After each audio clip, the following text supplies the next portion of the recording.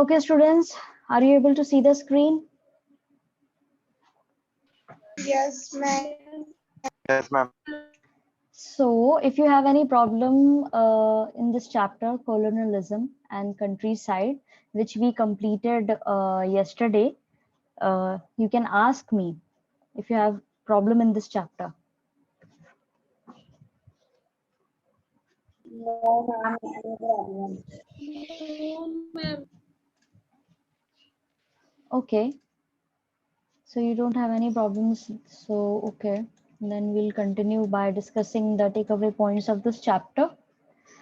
First point in India British rule was first establish in Bengal India के अंदर सबसे पहले ब्रिटिश रूल जो है वो कहाँ एस्टैब्लिश हुआ था बंगाल के अंदर permanent settlement of land revenue was adopted in Bengal in 1793 permanent settlement जो है लैंड रेवेन्यू को लेकर के वो चीज एस्टैब्लिश की गई थी अडॉप्ट की गई थी बंगाल के अंदर 1793 के अंदर The economic measures adopted by British government made India a consumer of goods manufactured in England. अब इकोनॉमिक मेजर्स जो हैं अडॉप्ट किए गए थे ब्रिटिश सरकार के द्वारा जो इंडिया को क्या बना रहे थे कंज्यूमर बना रहे थे गुड्स का जो बनाए जा रहे थे कहाँ इन इंग्लैंड में मैन्युफैक्चरिंग वहां हो रही थी इंग्लैंड में और वहां से लाकर के बेचा जा रहा था इंडिया के अंदर By the end of 18th century, when zamindars were facing a crisis, a group of such peasants, on other hand, was consolidating their position in the villages.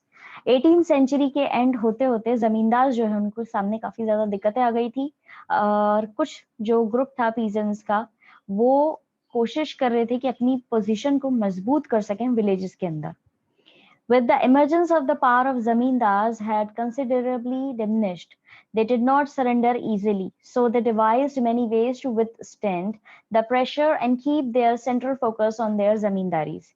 अब यहाँ पे हो ये रहा था कि जमींदार की जो पावर्स थी वो ब्रिटिशर्स ने कम कर दी थी और जमींदार पहले काफी पावरफुल हुआ करते थे और इनकी पावर्स को उन्होंने कट कर दिया था तो धीरे धीरे इनकी जो पावर थी वो कम होती जा रही थी लेकिन इन्होंने फिर भी आसानी से सरेंडर नहीं करा गिव अप नहीं किया इन्होंने अलग अलग तरीके जो है अपना लिए थे जिससे ये अभी भी प्रेशर बना सकें और अपना जो कंट्रोल है वो कर सकें जमींदारीज पर उसके इन्होंने अलग अलग तरीके अपना लिए थे इन पॉइंट्स में जो भी हमने पढ़े अगर आपको कोई दिक्कत आई है तो आप लोग पूछ सकते हैं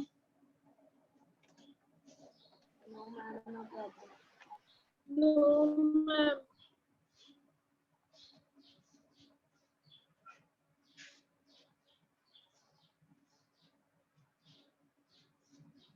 ओके सो आपको पता ही है कि किस तरीके से यहाँ पर चीजें हुई थी इन्होंने जो ये लगाए थे अलग अलग रेवेन्यू सिस्टम उसके अंदर इनके ये ऑक्शन करवाते थे चीजों को ठीक है और उनको ऑक्शन से बचाने के लिए अपनी प्रॉपर्टी को भी इन्होंने अलग अलग तरीके अपना लिए थे तो वही चीज जो है शॉर्ट में यहाँ पे बताई गई है at the end of 18th century the most adverse effect of the colonial rule fell on the economic condition of the peasants 18th century के एंड तक यहाँ पे बहुत ज्यादा कॉलोनियल रूल का जो असर है वो होने लगा था इकोनॉमिक कंडीशन जो थी पीजेंट्स की जो गरीब किसान थे उनकी जो आर्थिक कंडीशन थी वो बहुत खराब हो रही थी as a result of British occupation of India the Indian economy faced disastrous consequences अब क्योंकि ब्रिटिशर्स ने ऑक्यूपाई कर लिया था इंडिया तो इंडिया की जो इकोनॉमी थी वो बहुत खराब हो रही थी और उसके बहुत खतरनाक और खराब कॉन्सिक्वेंसेस सर्कमस्टेंसेस और सिचुएशंस वो सब कुछ उनको देखना पड़ रहा था To fulfill their vested interests, they shattered their tradition and structure of Indian economy. अब ब्रिटिशर्स को अपने इंटरेस्ट से मतलब था और वो अपनी इच्छाओं को पूरा करने के लिए इनके ट्रेडिशंस को बर्बाद कर रहे थे और इनका जो स्ट्रक्चर था इंडियन इकोनॉमी का उसको भी बर्बाद कर रहे थे Because of the decline of the Indian industry, Indian weavers and crafts women were completely made jobless. अब क्योंकि यहाँ पे इंडियन इंडस्ट्री में बहुत गिरावट आ गई थी क्योंकि सारा सामान बाहर से आकर के यहाँ पे बेचा जा रहा था तो यहाँ के जो बुनाईकार थे और जो हाथ से काम करने वाली women थी वो पूरी तरह से जॉबलेस हो गई थी The industries in Surat, Dhaka and Murshidabad etc. which were once flourishing were destroyed.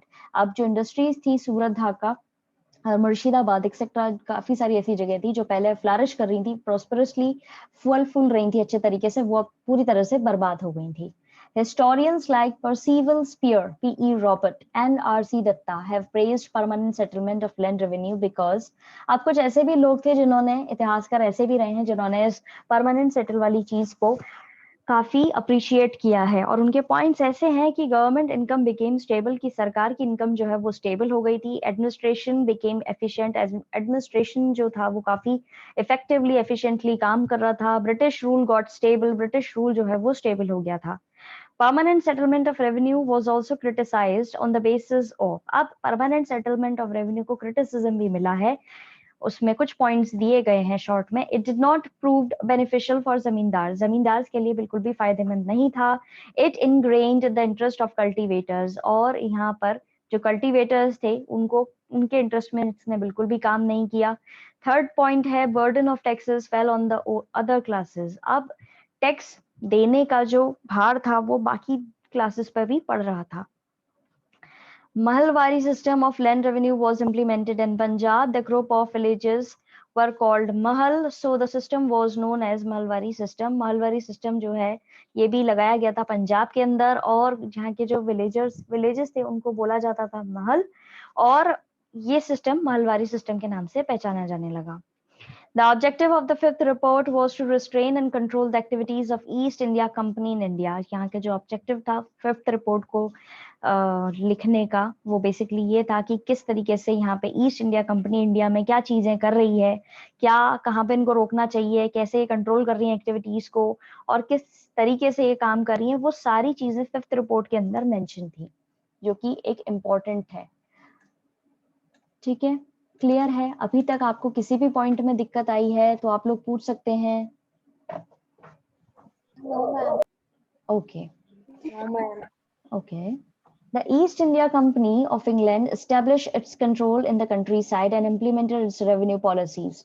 East India company जो है इंग्लैंड की, उन्होंने अपना कंट्रोल स्टैब्लिश किया था सबसे पहले गांव वाले एरिया में, और धीरे धीरे अपनी रेवेन्यू पॉलिसीज जो है वहां पे उन्होंने स्टैब्लिश करना शुरू करी। इस चैप्टर के अंदर हमने यही पॉलिसीज जो हैं कैसे लोगों पर असर करती हैं, क्या चेंजेस आते हैं उनकी डेली लाइफ में, उनके बारे में अब हम कुछ पॉइंट्स पढ़ते हैं।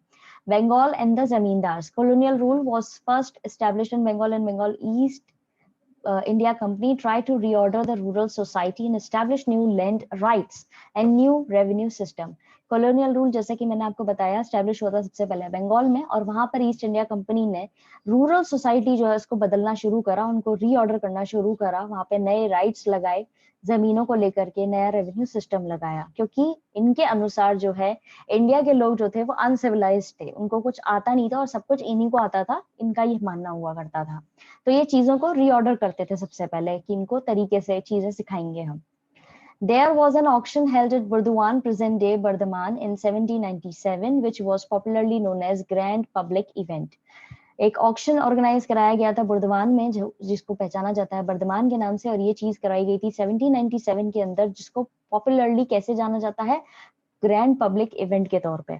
Company fix the revenue and each जमींदार वाज सपोज्ड टू पे, कंपनी ने एक रेवेन्यू फिक्स कर दिया था और हर जमींदार को वो पे करना था। This fixing of revenue was done under the permanent settlement and it became operational from year 1793. ये परमानेंट कर दिया गया था, ये फिक्स कर दिया था रेवेन्यू परमानेंट सेटलमेंट के अंडर, और ये शुरू हुआ था 1793 में। ठीक है, ऑपरेशनल मतलब पूरी तरह लागू कर दिया गया था 1793 में। The zamindars who failed to pay the revenue, their estate was auctioned to recover the revenue. जमींदार जो लोग रेवेन्यू पे नहीं कर पाते थे, उनकी जमीन ज्यादा जितनी भी होती थी उसकी ऑक्शनिंग कराई जाती थी, यानी नीलामी कराई जाती थी, और नीलामी से मिलने वाला जो पैसा था वो ऐसे माना जाता था कि इससे हमारा रेवेन्यू जो है वो रिकवर हो जाएगा।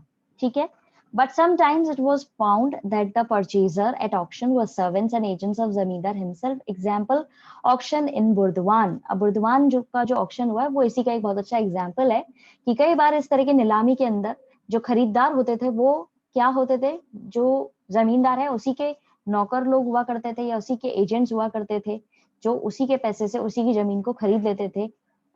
ये उनका तरीका था। ठीक है, और उसी का एक एग्जाम्पल है ये। आपको अभी तक किसी भी पॉइंट में दिक्कत आई है तो आप लोग पूछ सकते हैं। No, ma'am. No problem. No, ma'am. No problem. Okay. The problem of unpaired revenue, अब ये अनपेड रेवेन्यू की जो प्रॉब्लम है वो कैसी थी? British officials felt that the agriculture trade and the revenue resources of state could be developed by encouraging investment in agriculture. This could be done by securing rights of property and permanently fixing the rates of revenue demand. British officials जो थे उनको लग रहा था कि agriculture को improve करेंगे तो ट्रेड इम्प्रूव होगा, रेवेन्यू रिसोर्सेज जो है वो और अच्छे से स्टेब्लिश हो पाएंगे, और इसीलिए वो चाह रहे थे कि ज्यादा से ज्यादा इन्वेस्टमेंट किया जाए एग्रीकल्चर में, और इससे आने वाली जो ये राइट्स हैं, प्रॉपर्टी, राइट टू प्रॉपर्टी और permanently fixing the rates of revenue, वो इसी का ही रिजल्ट था। ठीक है, कि आगे जाकर के जब इनका अच्छे अमाउंट में इनको फायदा होगा तो ये इनकी जो रेवेन्यू डिमांड है उसको पूरा कर पाएंगे properly. Company felt that when revenue will be fixed, it will provide opportunity to individual to invest in agriculture as a means of making profit, and company will also be assured of regular flow of revenue. ये line जो है इसको अच्छे से समझिए, यहाँ पे यही बोला गया है कि किस तरीके से इनकी सोच थी। कंपनी को ऐसा लगता था कि अगर हम एक फिक्स्ड अमाउंट में रेवेन्यू लेंगे इन लोगों से तो जब इनको फायदा होगा तो उससे इनको मौका मिलेगा कि ये अपने और अच्छी चीजों का इस्तेमाल करें एग्रीकल्चर के अंदर जब भी ये प्रॉफिट कमाए, और कंपनी को ये रेगुलरली अपना जो भी इनका बनता है रेवेन्यू वो पे करते रहे, ये उनका मानना था। After a prolonged debate amongst company officials, the permanent settlement was made with the Rajas and the Talukdars of Bengal. काफी समय तक बहस करने के बाद में जो कंपनी ऑफिशियल्स थे और परमानेंट सेटलमेंट वाली चीज थी, जो राजास थे और तालुकदार थे, वो एक पॉइंट पर आए। Zamindars had several, sometimes even 400 villages under them. जमींदार जो थे उनके पास कई बार कई 100 विलेजेस हुआ करते थे और कई बार 400 विलेजेस भी उनके अंडर होते थे। Zamindars collected rent from different villages, जमींदार जो है वो अलग अलग विलेजेस से रेंट कलेक्ट किया करते थे। Paid the revenue to the company, और फिर वो रेंट रेवेन्यू के तौर पे कंपनी को पे करते थे। And retain the differences as an income, अब जैसे उनको कुछ अमाउंट में, फिक्स्ड अमाउंट में रेवेन्यू देना है और उनके पास में ज्यादा रेंट इकट्ठा हुआ है तो वो बीच का जो डिफरेंस होता था, जो पैसे बच जाते थे, वो अपने पास में रखते थे। Reasons for non payment of zamindars, तो अब रीजन क्या थे कि क्यों ये पे नहीं करते थे revenue? A number of reasons were responsible for non-repayment of revenue by zamindars, which include that the revenue demands were kept very high. कई सारे reasons जो हैं वो responsible हैं non-repayment के लिए revenue की। जमींदार जो हैं उनमें पहला पॉइंट ये कि रेवेन्यू डिमांड जो थी वो बहुत ज्यादा हाई रखी गई थी। It was imposed at a time when prices of agriculture produce was very low, so peasants found it difficult to pay. और ये इतनी हाई तब रखी गई थी जब अच्छे पैसे नहीं मिल रहे थे, अच्छे दाम नहीं मिल रहे थे, जो भी खेती बाड़ी में प्रोड्यूस कर रहे थे, वो जो भी फसल वो उगा रहे थे, जब उसकी प्राइसेस बहुत कम थी, तो इसीलिए पीजेंट्स जो है वो उनको बहुत मुश्किल होती थी चीजों को पे करने में, रेवेन्यू को पे करने में, यानी रेंट को पे करने में।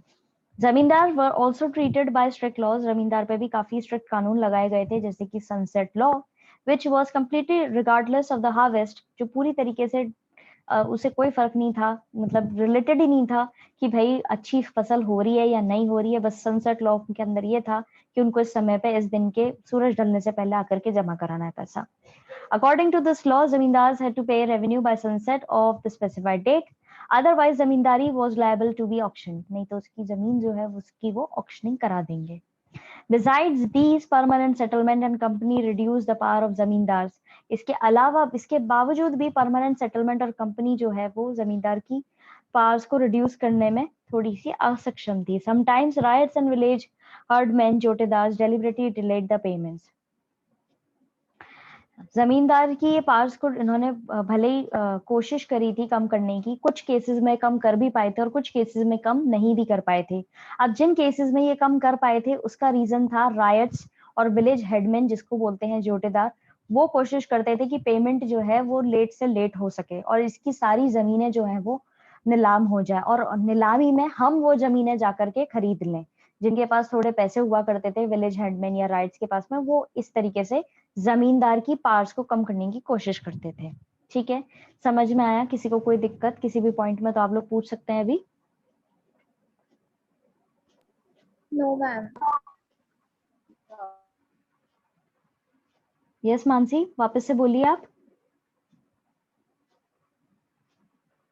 No, ma'am. No problem. Okay. Limitations imposed on जमींदार बाय द कंपनी। अब क्या पाबंदियां लगाई गई थी जमींदार के ऊपर कंपनी के द्वारा? जमींदार्स वर important for the company, but it also wanted to control and regulate them, subdue their authority and restrict their autonomy. जमींदार जो है वो बहुत ही इंपॉर्टेंट कड़ी थी कंपनी के लिए, लेकिन फिर भी वो उसे कंट्रोल करना चाहते थे, रेगुलेट करना चाहते थे, अपने तरीके से चलाना चाहते थे, उसकी ऑथोरिटी अधिकार को कम करना चाहते थे, और उसकी ऑटोनॉमी जो फैली हुई थी, यानी उसका जो राज फैला हुआ था, उसको भी पाबंदियों में रखना चाहते थे। Thus, the zamindars troops were disbanded, custom duties abolished, and their kacharies courts brought under the supervision of a collector appointed by the company. इसीलिए जमींदार के जो ट्रूप्स थे, जो इसके लोग थे, उनको हटा दिया गया था। जो ये कस्टम ड्यूटीज लगाता था उसको हटा दिया गया था, और ये जो कोर्ट यानी अपनी अदालत जो है वो बैठाया करता था उसको भी हटा दिया गया था, और इसके ऊपर एक कलेक्टर अपॉइंट किया गया था जो कि कंपनी का ही था, जिससे ये सारी चीजें चेक हुए कि ये कुछ अपने तरीके से ना करे।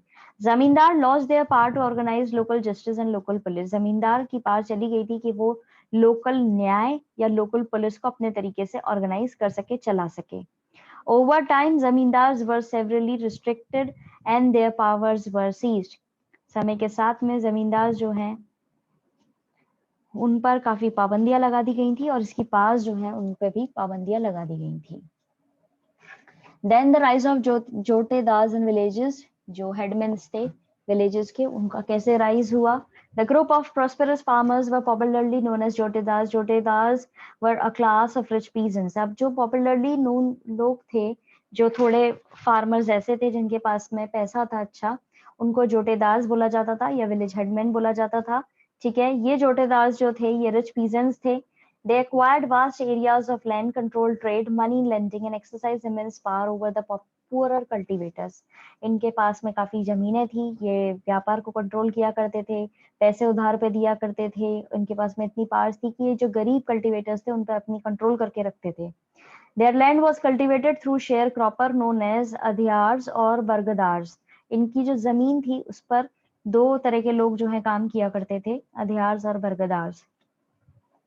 Within village, the power of जोटेदार्स was more effective than that of zamindars. Village के अंदर ही जोटेदार्स की पावर ज्यादा इफेक्टिव तरीके से थी, मतलब उसकी ज्यादा लोग सुनते थे बजाय जमींदार्स के। They fiercely resisted the efforts of Jama to increase the Jama of village and prevented zamindari official from executing their duties. ये बिना डरे जो जमा करने आता था रेंट रेवेन्यू, उस जो जमींदार का ऑफिशियल होता था उसको काम करने से रोकते थे, और जमा जो है विलेज का उसको और इंक्रीज होने देते थे। Sometimes they also purchased the auction property of जमींदार। जोटेदार played an important role in weakening of zamindari system.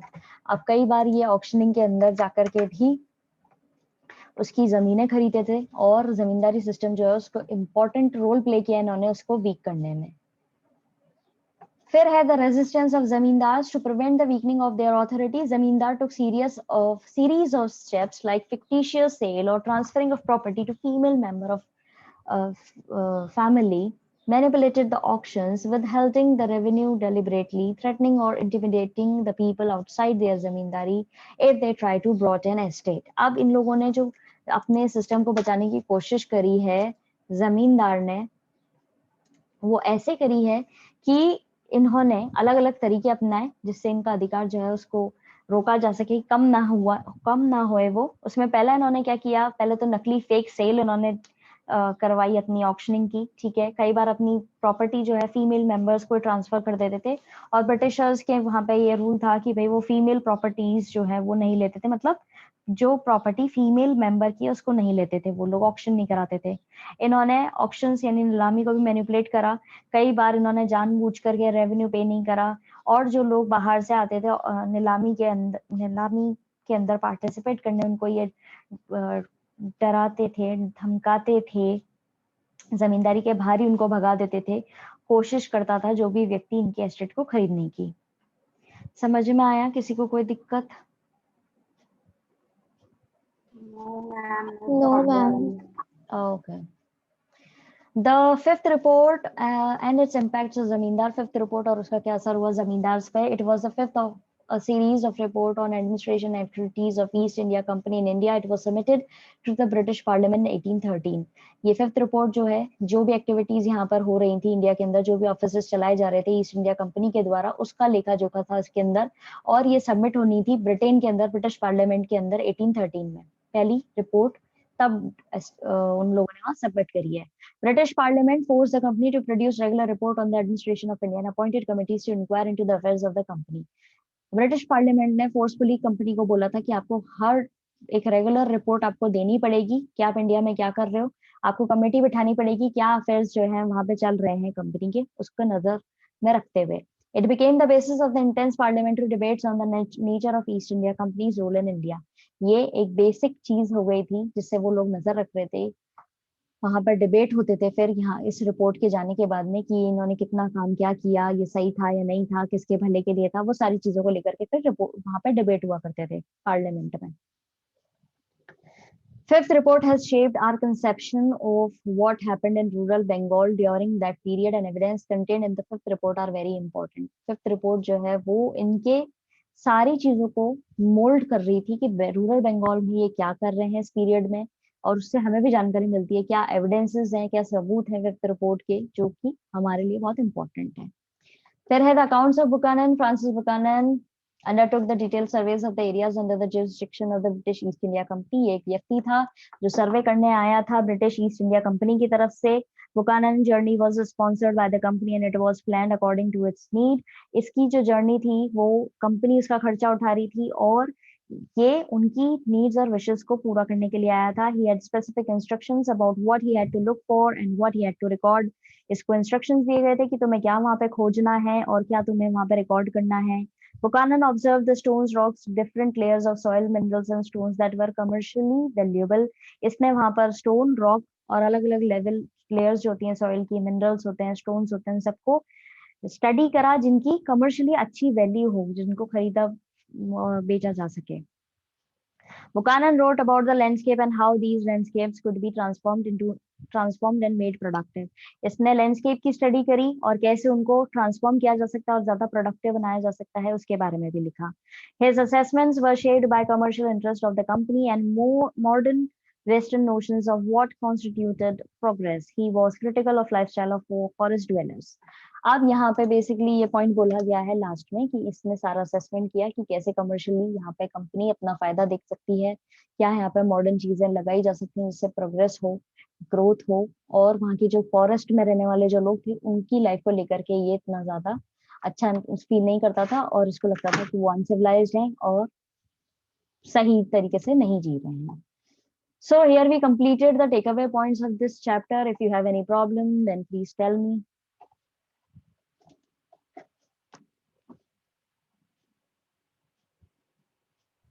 No, ma'am. Okay, so we completed this chapter and I'm again telling you to conjure up your problems related to this related to this chapter, and we'll sort all of your problems in tomorrow's class. Okay, have a nice day, students. God bless you all.